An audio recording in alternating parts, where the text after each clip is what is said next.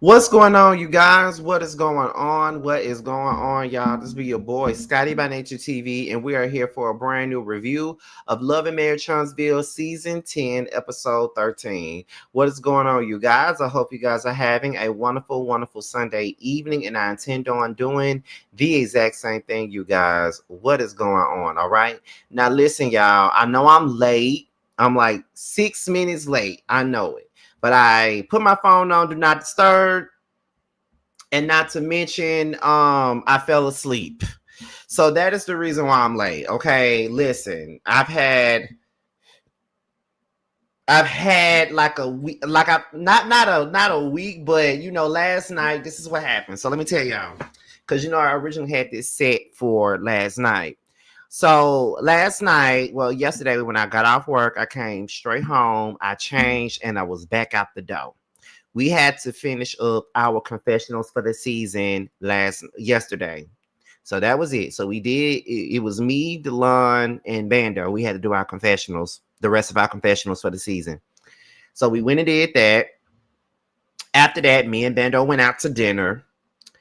After all of the chaos in Atlantic Station, because we were there, me and Bendo went out to dinner, and I think by the time I made it home, I didn't make it home until about 10:35. As soon as I got home, I already knew that I wasn't gonna be able to do no live on this episode, so I just chose to just lay my ass down and get up because I had to be at work at 5 in the morning. I mean 6 in the morning. So I was like, I'll just do this tomorrow.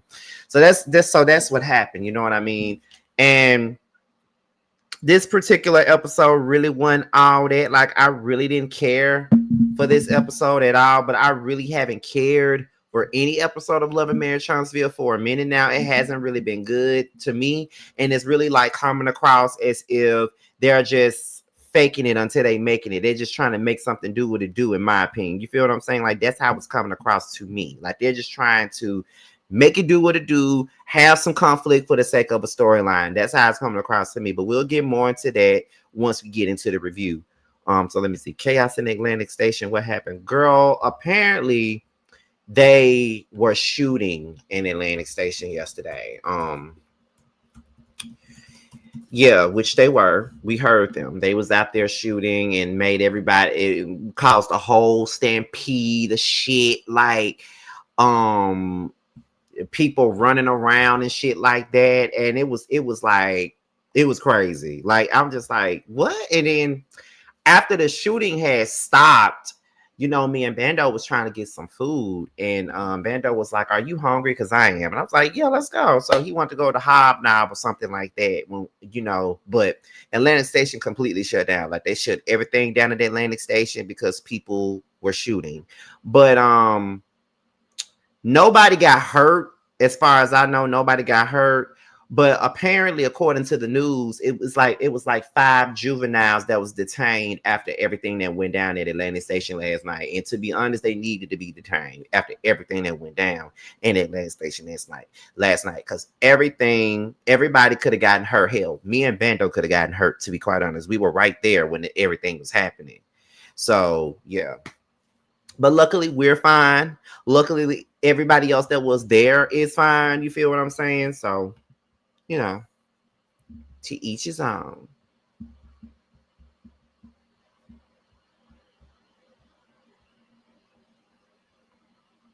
So, that was pretty much it. So let me go ahead and get into this episode in just a second. Okay, we're at 80 people.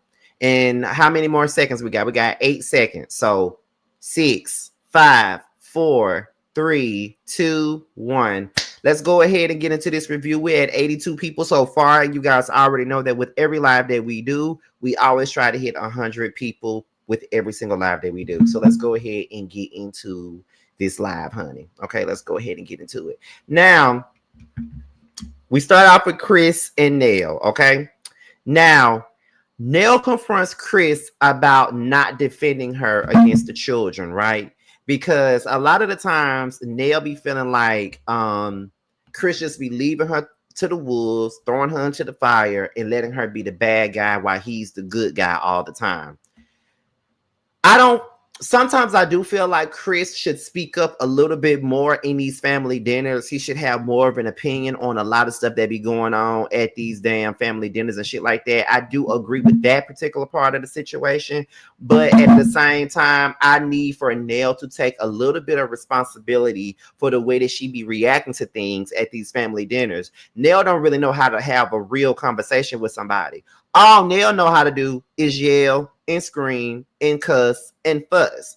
And no one's gonna react kindly to the way that she talks. All she likes to do is yell. She doesn't really know no clear communication. And then when people try to explain things to her, she act like she don't understand it, nor does she get it. So I like, well, like, you know, although I do think that she has a point about Chris not really stepping into the role, not really speaking up on her behalf or anybody else's behalf, I just honestly feel like she be doing the most and she doesn't do herself any service or any justice, because all she ever does is scream all the time. And like I said before, nobody wants to have no conversation with somebody that's gonna scream at them, because one thing about it and two things is for motherfucking for certain, okay? When it comes to me, right, I'm down to have a conversation with just about anybody, right? I'm down to have a conversation. I don't really like confrontation. I'm not really for confrontation most of the time. You know, sometimes if I can avoid it, I'll avoid it at all costs, which is not always the best thing to do. But sometimes if I can avoid it, then I'll avoid it. But if I can't avoid it, then I'm open to having a conversation and really trying to talk things out. The only thing that's going to stop me from having a civilized conversation with anybody is when they start screaming at me. Once you start yelling at me, once you start screaming at me, then off the motherfucking rip, I'm going to be defensive. That's just the truth of the matter. I'm going to be defensive from the jump, from the very beginning. I'm going to be defensive. I don't want to have no conversation with nobody that's going to scream at me. This even is with my mama. Like, you know, my mama is very emotional and dramatic, and a lot of the times she would yell and scream. And you know, whenever she do that, I just tune the fuck out. Like, I just shut down. Like, I'm like, okay, by this point I'm over it. By this point I don't have nothing to say. By this point I really don't care. You feel what I'm saying? So it is what it is. So yeah, Nell need to get over herself, to be honest. Chris then apologizes to Nell for making her feel like, you know, he's not there for her. Do I think that he really, really owed Nell an apology? Possibly, but a part of me feels like he shouldn't have apologized for shit. That's just me, though. That's just my mean ass. You feel what I'm saying? A part of me feels like he didn't need to apologize to her for a motherfucking thing, considering the fact that she be putting herself in these predicaments when she chooses to react the way that she do. You know what I mean? Like, is it just me? Because she do be doing a whole lot in these conversations. She does. She does a lot. She doesn't know how to talk to people. And then when she don't have her way, it's a thing. Chris is not confrontational. So that's probably why he doesn't, you know, scream and holler or really like to interject. Because for me, once I feel like I can't talk to you, then I'm not interjecting in nothing. I'm not saying nothing. I'm not giving my opinion on nothing. Like, that's just it. Once I feel like you done already shut me down once and the conversation comes back up again in a different manner, I'm not talking about it. You already let me know that what I say don't count. What I say don't fucking matter. So therefore, why am I talking? And that's why I leave it. That's why I leave it. Moving on. So we get into Kimmy, Letitia, and Destiny, right? They're meeting up to, you know, to have some girl time or whatever, right? So Destiny mentions her conversation with Chris and Martell. You know, as soon as she mentioned Martell's name, you know, Tisha rolls them eyes to the back of her head. You know what I'm saying? Tisha is not here for Martell, and rightfully so. I mean, Martell did come for her. Martell did call her a hoe. Martell did do a whole interview trying to talk about her marriage, her husband, everything under the sun. So if I was Tisha, I won't want nothing to do with Martell either. I promise you. I won't want nothing to do with him either. But she was just talking about how she had a business meeting with them and about the whole real estate thing and how they're trying to help her with whatever she got going on. And then, of course, Chris had told Destiny that Nell felt like she was being ganged up on at the little pool party. So Kimmy says that she is confused by Destiny's position. My thing is, I'm not confused by Destiny's position. Destiny ain't got shit to talk about. So therefore, Destiny has positioned herself as the bone carrier. She's running in between both camps, which is basically Nell over there by herself. And then you got Letitia and Kimmy over here. So she's running in between both groups, telling what this one said, telling what that one said. And that's what her position is. Her position is, I ain't got shit to talk about. I'm going on these miscellaneous dates, okay? So therefore, I ain't got nothing going on. So now I'm gonna be on my Destiny Whitfield and just pass these messages along like I'm Popeye the Sailor Man. That's just basically what Destiny's doing right now because she ain't got nothing else to do nor talk about. Destiny then was basically saying, I show Nell grace because when I was going through my marriage, even before I got married, you know, Nell was there for me. She was giving me prayers. She was giving me positive affirmations. She was just always there for me. So I feel like I need to be there for her, but you're not being there for her by running and telling that about the shit that she's saying. That's not being there for her, and that's not having her back. You feel what I'm saying? Like, if I'm having your back, I'm not running and telling what the fuck you said. Whatever we done talked about is what we talked about. You feel what I'm saying? I'm not going to go run back and tell what you said. You know, now there could be, I mean, this is a show, so you do have to bring it up in some kind of way. But Destiny's not even bringing it up in a way that is making Nell not look bad. She's bringing it up in a more antagonistic way, and it's being messy when she already knows that Tisha don't really like Nell like that. And to me, I don't know what it is about Tisha, but on this particular episode, it took me right back to how I felt about Tisha when I first started watching this show. And that was back when I did not like Tisha at all. But at this moment, Tisha has a different kind of energy on her. And it's something about her. I can smell the energy. I can see the energy. I don't know what it is, but I don't like it. To me, Tisha trying to be Billy Badass this season with the wrong motherfucker. The motherfucker she needed to be Billy Badass with all this time she wasn't being Billy Badass with. But she want to choose Nell to be Billy Badass with. I don't get it and I don't understand it. So Letitia says, but Nell ain't cool with me. And I'm fine if she don't like me. I really don't care if she don't like me or not. So then that is when Destiny says that she wants to do a girls trip. So when she says that she wants to do a girls trip, then it's kind of like, okay, I don't want to be around Nell. I don't like Nell. Nell don't like me. I don't really want to be around Nell. Now, let me tell y'all, you can tell that this is a fucking reality show because there is no way anybody will be going on a girls trip with a girl that they don't even like that. So you already know that this is made for TV. I don't really know if Tisha really knows why she don't like Nell. I get that they've been having a bunch of back and forths, a bunch of fights, a bunch of petty arguments. But for her to say, I don't like Nell. Okay, so what did Nell really do for you not to like her? Besides the fact that you and Kimmy both were the ones gaslighting the shit out of Nell, say that she was the one doing all the yelling and screaming when you two bitches were doing it too. So no one's going to take accountability for the part that they played in this situation because Nell didn't even yell at them first. Y'all were up there yelling at that lady first and y'all were ganging up on her.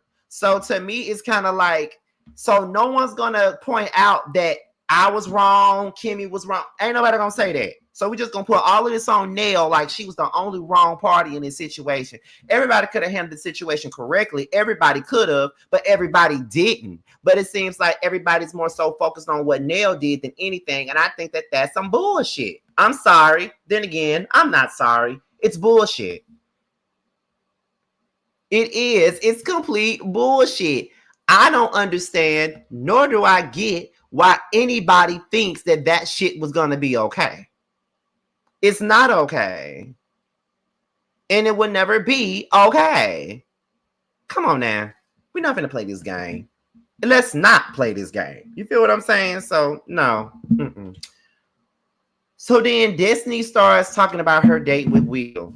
Me personally, I think that Destiny is wasting her time going out on a date with motherfucking Will. I don't know about y'all, but you know, when Will first started coming on this show and you know being a friend of Ken's and all that stuff, you know me, I was the one that was basically saying, oh my God, Will is so fine. Oh my God, that's a sexy mother shut show mouth. All that shit. I thought he was so fine.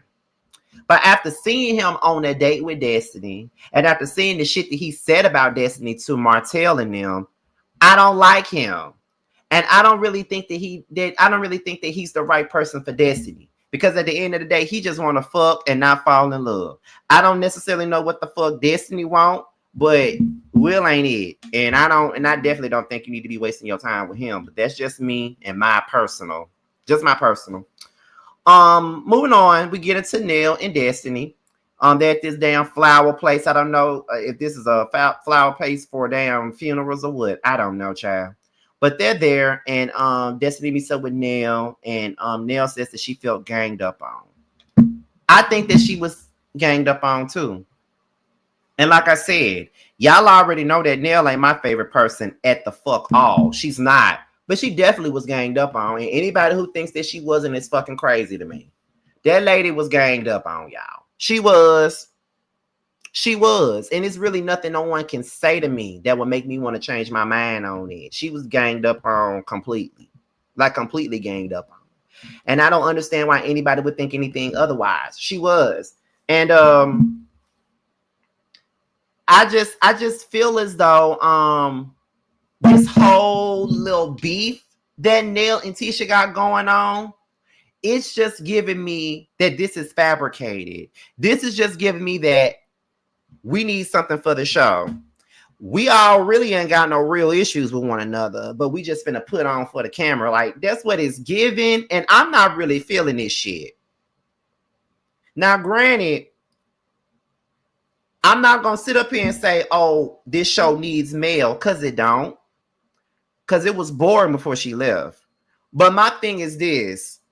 It's boring because none of this shit is playing out correctly. And it's boring because either these women are really not friends for real, they really don't dislike each other for real, or this shit is just put together for the sake of this show. It's just, I don't know what it is. I need something else. And I just don't know what that something else is, but I need something else because this is not given. It's not given for me. It's just not. I'm sorry, y'all. I'm sorry. I hate to be the bearer of bad news, but Love and Marriage Huntsville is not given. And I could tell that it's not given due to the fact that even my lives on this show don't even be doing the same numbers that they used to do back in the day. Like, there was a time where I could do a Love and Marriage Huntsville live and get at least 300 to 500 people in my lives for Love and Marriage Huntsville. Sometimes 600, sometimes even 700. There was a time where I had 1,000 folks in my Love and Marriage Huntsville lives. But now I'm good. I'm lucky enough to get 250 in there, between 150 to 250. You feel what I'm saying? So I could tell that ain't nobody really interested in it, and it ain't that many people reviewing it no more. It's really me, it's T. It's I think Rodney is, if I'm not mistaken, Rodney's reviewing it. I think Bondi is too. Like, it's just certain people are reviewing it. Ain't nobody really reviewing it no more either, and it's just sad. So it is what it is. So I don't know. It's not given. It's not given for me. It's not. Where we at? So Nell starts crying and stuff like that. Like, she starts breaking down, you know, when Destiny was basically, you know, talking to her and stuff like that.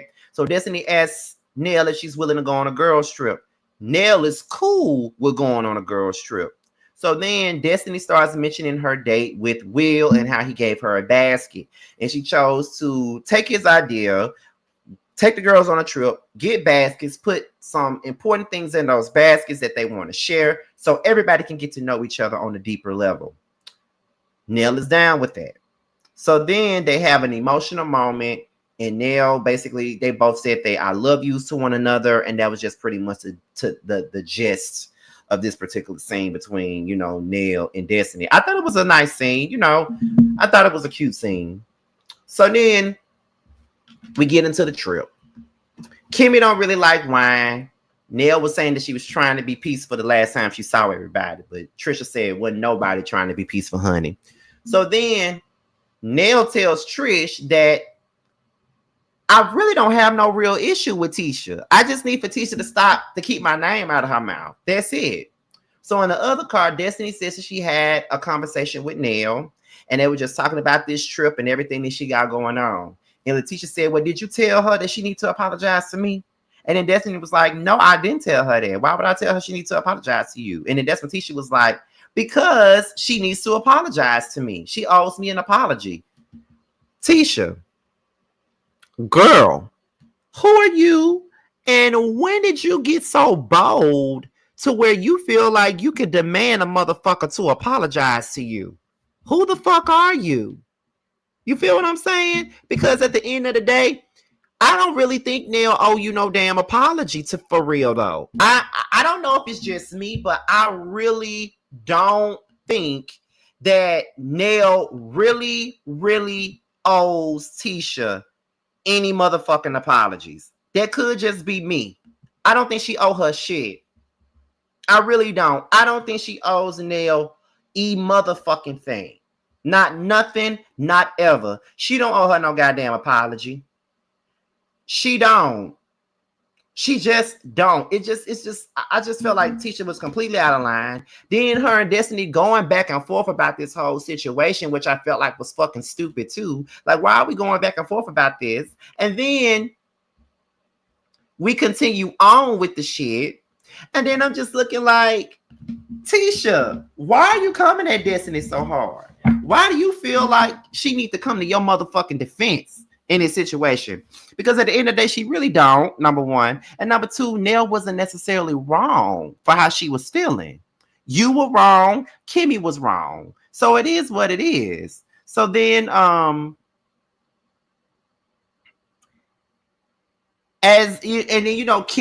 and Tisha start going in on Destiny, talking about her being in the middle and stuff like that. So that's when Destiny said, well, I think we need to pull over.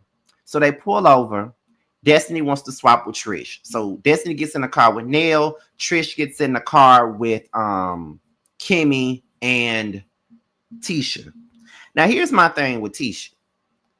You got all this heart, body, and soul with Destiny and Nell. But in the same breath, you be the same one looking for Miss Wanda to pick up the pieces of a house that you blew down. If you ain't gonna own your shit, you might need to shut the fuck up if you got to go back and get Miss Wanda to hold down to take up with your your lightweight all the time, because that's what she do. She takes up your lightweight all the motherfucking time when you could do it on your own. Like, real talk, I ain't even trying to drag Tisha for real. Like, I ain't even trying to drag her or nothing like that. But it's all the goddamn truth, girl. Tisha need to grow up, and the way that she handles things is just not okay. It's just not okay to me. It's not, and I ain't for it. I'm just not for it at all. Let me see what else is going on here. Okay, so then she get in the car with Nell, right? So when Trisha gets in the car with Kimmy and Tisha, that is when Trisha was like, now what's going on? Why did Destiny have to do a wipe swap? And that is when Kimmy said, well, me and Tisha be holding, Destiny accountable. That's all that is. It'll be okay. Y'all don't hold each other accountable. So what the fuck y'all feel like y'all can hold somebody else accountable when y'all don't even hold each other accountable? Let's be for real here. Okay, let's move on. So then Destiny starts talking about Twan, and as she's talking about Twan, they get to where they got to go, and she said, well, we at the winery. And then that's when Miss Nell was like, oh no, we're gonna talk about this later. We're gonna finish this conversation. I'm like, yeah, y'all need to, because I need to know. Because I didn't know that Twan shut the restaurant down and it was just them sitting there. So she ain't completely let Twan ass go either, which if I was so I probably wouldn't let him go either, just saying. So then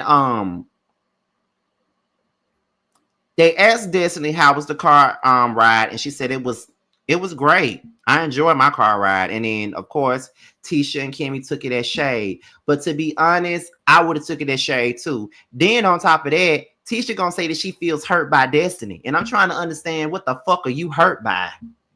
One thing about Tisha is that she's gonna remind me every single time why I didn't like her when this show first started. And my thing is this, girl, shut up and grow up. Grow up and shut up. I'm sick of you in your motherfucking mouth. You need to grow up. The fuck you hurt by Destiny for? Destiny did not do nothing to you. The only thing that Destiny is guilty of is running that bone back. That's what she's guilty of. I don't even understand what the fuck you hurt by. But that is what Tisha be doing sometimes. She always be doing shit, then turns around and want to play the victim. That's why I used to call her out when I first started reviewing this show a long time ago.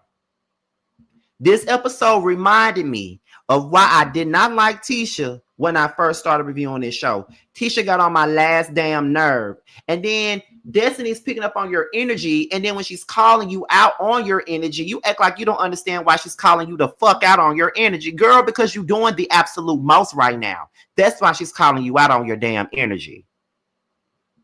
Are you dumb or are you dumb? I'm just saying. Because it's given, I'm just dumb. Even though I got a college degree, I'm just dumb. That's what it's giving.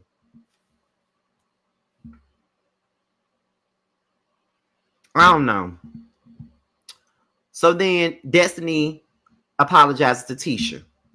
In my opinion, I don't think that Destiny owed Tisha any apology. I wouldn't have apologized to Tisha. Apologize for what? As would have just had to cry for a motherfucking apology. Because I wouldn't have apologized to her for e motherfucking thing. And I do mean e motherfucking thing. I wish I would apologize to Tisha. You got me fucked up. Girl, I promise you, I wouldn't dare. Wouldn't dare apologize to Tisha for shit. Better get somewhere, because that ain't gonna happen. Where we at? So they do the baskets. Everybody do their basket but Nell, right? And Nell feels as though she should not be sharing. She doesn't feel comfortable sharing with these girls because she ain't close to them like that. So she don't feel comfortable being transparent with them. Tisha says that Nell is always the one talking about transparency, but she's not being transparent in this moment. Now, I do agree with that. Tisha didn't lie about that. Nell been screaming and hollering about transparency since the season started, but here she go, not being transparent.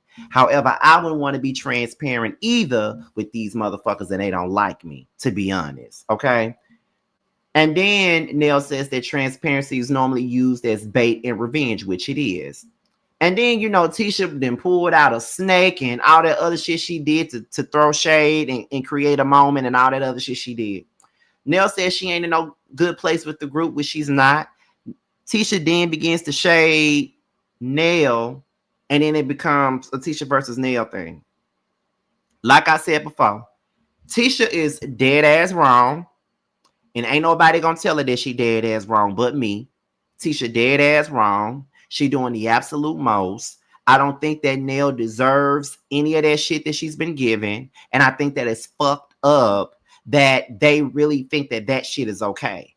Tisha walking around here acting like a whole crybaby. Ain't nobody saying nothing about it. That shit getting on my motherfucking nerves. I'm over it.